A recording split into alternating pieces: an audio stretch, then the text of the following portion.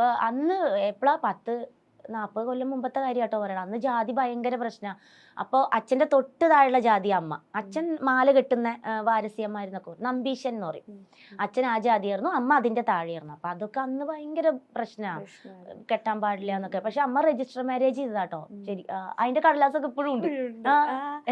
പിന്നീട് അവർ കോണ്ടാക്ട് ചെയ്തില്ല, അമ്മയുടെ ഫാമിലി ഒന്നും? ഇല്ല, അവർക്ക് അത് ഇല്ല. അവർക്ക് ഭയങ്കര ഇല്ല സ്നേഹിച്ചു പോവാന്ന് പറഞ്ഞാൽ അന്ന് ഭയങ്കര തെറ്റാണ്. എന്നുവെച്ചാൽ അമ്മയുടെ വീട്ടുകാരും അമ്മേനെ കല്യാണം കഴിച്ച് കൊടുക്കണം എന്നുള്ള ഒരു മനസ്സും ഉണ്ടായിരുന്നില്ല. അതുകൊണ്ടാണ് അമ്മ 30-32 വയസ്സ് വരെ അമ്മ വീടിന് വേണ്ടി കഷ്ടപ്പെട്ടു. ജോലിക്ക് പോവായിരുന്നു അമ്മ, വീട്ടുപണിക്ക്.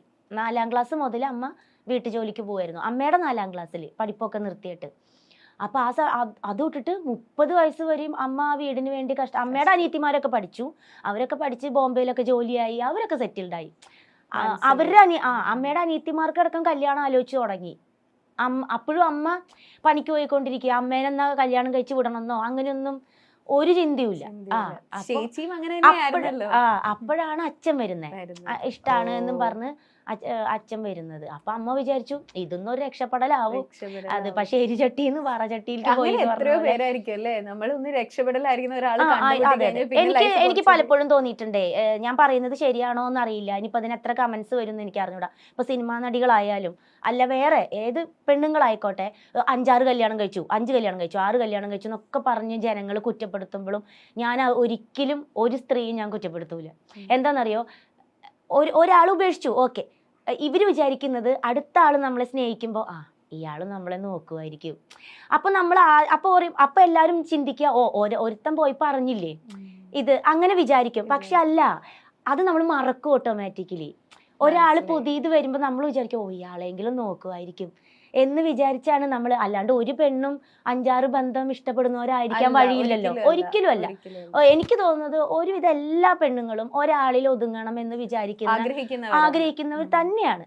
പക്ഷെ ഈ വരുന്നവര് നമ്മള് ചതിക്കുകയാണെങ്കിൽ നമുക്ക് എന്ത് ചെയ്യാൻ പറ്റും? ഏറ്റവും വലിയ എക്സാമ്പിൾ ആണല്ലോ എന്റെ അമ്മ. പക്ഷെ അമ്മ പിന്നെ അച്ഛൻ്റെ അങ്ങനെ ഒരു ഇത് കിട്ടിയപ്പോ അമ്മ തീർന്ന്. അപ്പൊ ഞാൻ അമ്മയുടെ അടുത്ത് ചോദിക്കുകയും ചെയ്തിട്ടുണ്ട്, അമ്മ അച്ഛൻ ഇങ്ങനെ ഇട്ടിട്ട് പോയപ്പോ അമ്മയ്ക്ക് എന്താ തോന്നിയേ എന്ന് ഞാൻ ചോദിച്ചു. അപ്പൊ അമ്മ എൻ്റെ അടുത്ത് പറഞ്ഞത്, അച്ഛൻ പോയി, അതായത് പോലീസുകാരെ അമ്മോട് പറയണേ ഇനിയിപ്പൊ അയാൾ വരും തോന്നുന്നില്ല രാധേ, കൊറേ അന്വേഷിച്ചു കിട്ടാ ഒരു വഴിയില്ല. അന്ന് ഫോണൊന്നും ഇല്ലല്ലോ. അപ്പൊ രാധ ഇനിയിപ്പോ മോളെ നോക്കി ഇരിക്കുകയായിരിക്കും നല്ലത്, ഇനിയിപ്പോ അയാൾ ഇനി തിരിച്ചു വരും എന്ന് തോന്നണില്ല. അപ്പൊ പോലീസുകാർക്ക് മനസ്സിലായി തോന്നുന്നു അയാൾ എവിടെയോ കല്യാണം കഴിച്ച് സെറ്റിൽഡ് ആയി എന്നുള്ളത്. അത് അമ്മയോട് പറയാനൊരു ബുദ്ധിമുട്ടായിട്ടാണോ എന്തോ അങ്ങനെ പറഞ്ഞു. അപ്പൊ അമ്മ പറഞ്ഞു, എനിക്കിങ്ങനെ അച്ഛൻ പോയി അങ്ങോട്ട് പോലീസുകാരും അടുത്തുള്ളവരും അങ്ങനെയൊക്കെ ഉപേക്ഷിച്ച് പോയതാണ് എന്നാണ്. അപ്പൊ അമ്മ പറഞ്ഞു, എൻ്റെ അങ്ങനെ തലയ്ക്ക് അടി കിട്ടിയ പോലെയാ തോന്നിയത്. അമ്മ പറഞ്ഞു, കരഞ്ഞു, കരഞ്ഞു, പിന്നെ ഞാൻ കരഞ്ഞിട്ടില്ല എന്ന് പറഞ്ഞു. അപ്പൊ അമ്മയ്ക്ക് അമ്മയുടെ ലൈഫിൽ അച്ഛൻ പോയതാണ് ഏറ്റവും വലിയ ട്രാജഡി. ഇനി ആര് മരിച്ചാലും ആവില്ല. അതാണ്, അതായത് ഒരാളെ വിശ്വസിച്ച് നമ്മൾ പോരല്ലേ, അയാള് ജീവിതകാലം മുഴുവൻ ഗർഭിണിയായിട്ട് പോണതല്ലേ. അപ്പൊ മേ ബി അമ്മയുടെ ഉള്ളില് അതായിരിക്കും ഏറ്റവും വലിയ മരണം. അതാണ് അമ്മയ്ക്ക് ബാക്കിയെല്ലാം ഇനി എന്ത്. അമ്മ ഏറ്റവും നന്നായി വിചാരിച്ചത് അച്ഛനല്ലേ. അതാണ് കേട്ടോ അമ്മ എന്നോട് പറഞ്ഞത്, ഇതാണോ അത്ര വലിയ കാര്യം, ഒരാൾ മരിച്ചു എന്ന് പറഞ്ഞപ്പോ. അപ്പൊ ഞാൻ ആ ചേട്ടന്റെ അടുത്ത് താഴെ കമന്റ്സ് ചെയ്തു, ചേട്ടാ അതല്ല, അമ്മ മരണത്തെക്കാൾ വലുത് എടുത്ത് ചോദിച്ചത്. കാരണം അങ്ങനെ പെട്ടെന്ന് പറയുമ്പോൾ ആളുകൾ, പക്ഷെ നമുക്ക് മനസ്സിലായി, ഇന്റർവ്യൂ മൊത്തത്തിൽ കണ്ടവർക്ക് അത്രയും ബോൾഡ് ആയതുകൊണ്ട്. അല്ല, അത് മേ ബി ഞാനിപ്പോ ആ ഇന്റർവ്യൂ കണ്ട വേറൊരു കുട്ടി പറഞ്ഞിട്ട് ഞാൻ ആ ഇന്റർവ്യൂ കണ്ടാൽ ഞാനും വിചാരിക്കും ഒരാൾ മരിക്കുമ്പോഴാണോ അങ്ങനെ തമാശ. അത് അമ്മ ഉദ്ദേശിച്ചത് അങ്ങനെയല്ല, ഒരിക്കലും അല്ല. പിന്നെ അത്രയും അമ്മ അത്രയും വേദനയിലൂടെ ഒക്കെ വന്നു, ചേച്ചിയും പിന്നീട് അമ്മേനെ സഹായിക്കണം, അമ്മയുടെ കൂടെ നിൽക്കണം. അല്ല, അതുകൊണ്ട് തന്നെയാണ് എനിക്ക് ആരെയും സ്നേഹിക്കാനും തോന്നാത്തത്. അതിന്റെ പിന്നിൽ അങ്ങനെ ഒരു കാര്യം കൂടെ. ഇപ്പൊ എനിക്ക് ആരും ഇഷ്ടമല്ല, കല്യാണം കഴിക്കാൻ ഇഷ്ടമല്ല എന്നൊക്കെ പറയുമ്പോ എന്നോട് കുറെ പേര് ചോദിക്കുന്നത്, അപ്പൊ എന്തെങ്കിലും പ്രണയം ഉണ്ടാവും, അല്ലെങ്കിൽ ആരെങ്കിലും പറ്റിച്ച് പോയിട്ടുണ്ടാവും എന്നൊക്കെയാ. ഒരിക്കലും അല്ല. എന്നെ ആരും ഇങ്ങോട്ട് വന്ന് സ്നേഹാന്ന് പറഞ്ഞിട്ടുമില്ല. പിന്നെ എല്ലാവരും പിന്നെ എല്ലാവർക്കും എന്നിലൊരു അയ്യോ പാവം അങ്ങനെ ഒരു ഇതാണ്. കാരണം എൻ്റെ കഥ എല്ലാവർക്കും അറിയാം. നമ്മുടെ ഫീൽഡിൽ വന്നിട്ട് അതിന് മുമ്പേ ഒക്കെ മായ എങ്ങനെയാണ് വന്നത് എന്ന് ഒരുവിധം എല്ലാവർക്കും അറിയാം. അപ്പൊ പിന്നെ ആരും എൻ്റെ അടുത്ത് അങ്ങനെ ഒരു ശല്യം ചെയ്യാനോ അല്ലെങ്കിൽ ഇഷ്ടാന്ന് പറയാൻ അങ്ങനെയൊന്നും നിന്നിട്ടില്ല.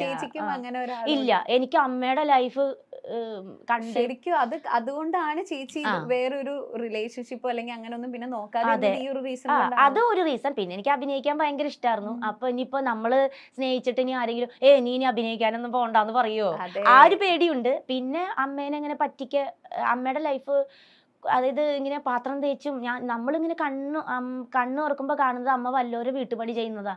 ഒയ്യോ, അടിച്ചു എപ്പോഴും രാത്രി 12 മണി വരെയും പണിയാ. രാവിലെ 4 മണിക്ക് എഴുന്നേറ്റാ അത് ഈ അച്ഛൻ കാരണല്ലേന്നാ എന്റെ ഉള്ളില്. അച്ഛൻ ഇട്ടിട്ട് അച്ഛൻ ഉപേക്ഷിച്ച് പോയതുകൊണ്ടല്ലേ അമ്മ ഇത്രയും, അച്ഛൻ ഉണ്ടായിരുന്നെങ്കിൽ ഈ ഗതി വരില്ലായിരുന്നല്ലോ എന്നുള്ളില്. അപ്പൊ മേ ബി എന്റെ ലൈഫ് അങ്ങനെ അല്ലായിരിക്കാം ചിലപ്പോ. എനിക്ക് ചിലപ്പോ നല്ല ആളെ കിട്ടുമായിരിക്കാം. ഇല്ലെങ്കിൽ ഞാനും ഇതേ സിറ്റുവേഷനാണ്. എനിക്കൊരു കുഞ്ഞായിട്ട് അയാൾ ഇട്ടിട്ട് പോയാൽ ഞാൻ ഇനി എന്ത് ചെയ്യൂ? അതെനിക്ക് ചെറുപ്പത്തിലെ ഒരു പേടി ഉണ്ടായിരുന്നു. പിന്നെ കല്യാണം വന്നപ്പോഴും ഈ +1 +2 പഠിക്കുമ്പോൾ എനിക്ക് കുറെ കല്യാണങ്ങൾ വന്നിട്ടുണ്ടായിരുന്നു. കാരണം ഞാൻ അപ്പോഴൊക്കെ നല്ല ഹൈറ്റും വെയിറ്റാ. അപ്പൊ ഈ +2ന്റെ അതിനേക്കാളും കുറച്ചും കൂടെ ഒരു വലിയ കുട്ടിയാണെന്ന് തോന്നിക്കും. അപ്പൊ അങ്ങനെ കല്യാണങ്ങൾ അങ്ങനെയൊക്കെ വന്നിട്ടൊക്കെ ഉണ്ട്. പക്ഷെ അപ്പൊ നമുക്ക് വീടില്ല. പിന്നെ നമ്മളിങ്ങനെ വീട്ടു ജോലിക്ക് പോവാണ്, കയ്യിലൊന്നുമില്ല എന്നൊക്കെ അറിയുമ്പം വരുന്ന ചെക്കന്മാർക്ക് വലിയ പ്രശ്നമില്ല. ഫാമിലിക്ക് ഭയങ്കര പ്രശ്നമായിരുന്നു. വീടില്ലാത്തതും പിന്നെ അമ്മ മാത്രമേ ഉള്ളൂ, അതും അവർക്ക് ഭയങ്കര ഒരു ബുദ്ധിമുട്ടായിരുന്നു. പിന്നെ അതിനോടൊരു ഇത് അങ്ങ് പോയി. മുമ്പേ എനിക്ക് കല്യാണത്തിനോട് വലിയ താല്പര്യം ഉണ്ടായിരുന്നില്ല. അത് വേറൊന്നുമില്ല, കല്യാണങ്ങൾ എനിക്ക് ഭയങ്കര ഇഷ്ടാ, പ്രണയം ഭയങ്കര ഇഷ്ടാ. പക്ഷെ എന്റെ ഉള്ളില് ഇട്ടിട്ട് പോവോ എന്റെ ഉള്ളില് അത് നല്ലോണം ഉണ്ടായിരുന്നു. കാരണം അമ്മ അനുഭവിക്കുന്നത് നമ്മളല്ലേ കാണുന്നേ. അത് ഭയങ്കര. പിന്നെ എവിടെ ചെന്നാലും അച്ഛനില്ലേ ഈ ചോദ്യാണ്. അപ്പൊ അച്ഛൻ എന്ത് പറ്റി? അപ്പൊ നമുക്ക് മരിച്ചു എന്ന് പറയാൻ നമുക്കൊരു ബുദ്ധിമുട്ടാ. അപ്പൊ നമ്മള് പറയും ഇല്ല അച്ഛൻ ഉപേക്ഷിച്ചു. അതെന്താ ഉപേക്ഷിച്ചേ?